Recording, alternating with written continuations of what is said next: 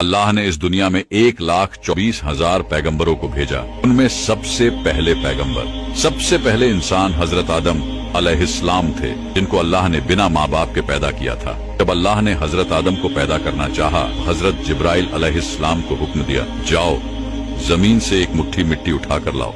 जब हजरत जिब्राइल अलैहिस्सलाम ने जमीन से मिट्टी उठानी चाही तो जमीन ने कहा कि आप इस मिट्टी को क्यों लेना चाहते हैं? तो आपने बताया कि अल्लाह इस मिट्टी से इंसान को बनाएगा जो जमीन पर अल्लाह का खलीफा होगा। इस पर जमीन कहने लगी कि मैं अल्लाह की पनाह मांगती हूँ इस बात से कि मुझसे कुछ कम किया जाए कि मेरी कोई चीज खराब की जाए।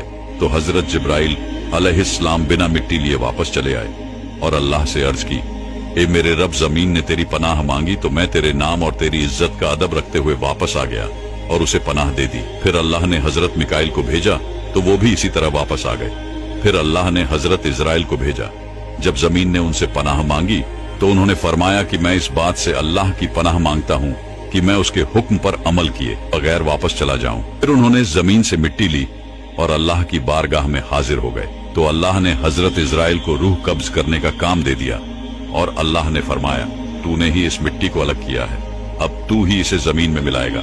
और इस तरह इनका नाम मलाकुल मौत पड़ा। हमारे नबी इरशाद फरमाते हैं कि अल्लाह ने हजरत आदम को एक मुट्ठी मिट्टी से पैदा किया है जो पूरी जमीन से लाई गई थी, जिसमें लाल, सफेद, काली, नरम और सख्त मिट्टी शामिल थी। बाज मुफस्सिरीन ने लिखा है कि हजरत आदम अलैहिस्सलाम की मिट्टी में 60 किस्म के रंग शामिल थे। तमाम रंग आपकी औलाद में पाए जाते हैं। जब मिट्टी आ गई तब उसका गारा बनाया गया।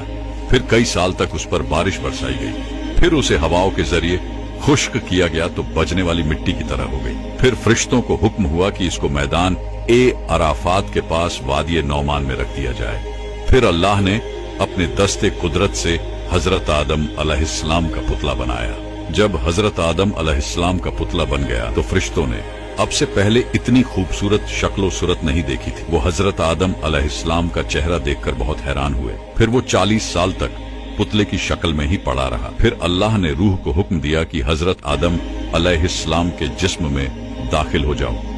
तो रूह ने अर्ज किया, या अल्लाह, ये जगह निहायत गहरी और अंधेरी है।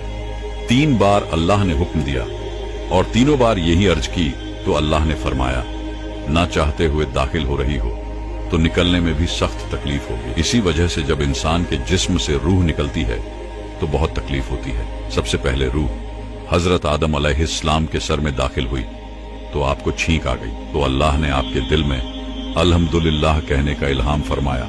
तो आपने अल्हम्दुलिल्लाह कहा तो इस पर अल्लाह ने खुद या रेहमुकल्लाह कहा। जब आपके सारे जिस्म में रूह पहुंच गई तो अल्लाह ने फरमाया, ए आदम, बता मैं कौन हूं? हजरत आदम ने कहा, तू अल्लाह है, तेरे सिवा कोई इबादत के लायक नहीं। अल्लाह ने फरमाया, तूने सच कहा। फिर अल्लाह ने हजरत आदम अलैहिस्सलाम को फरिश्तों की बैठी हुई जमात के पास भेजा और फरमाया, जाकर कहो अस्सलामु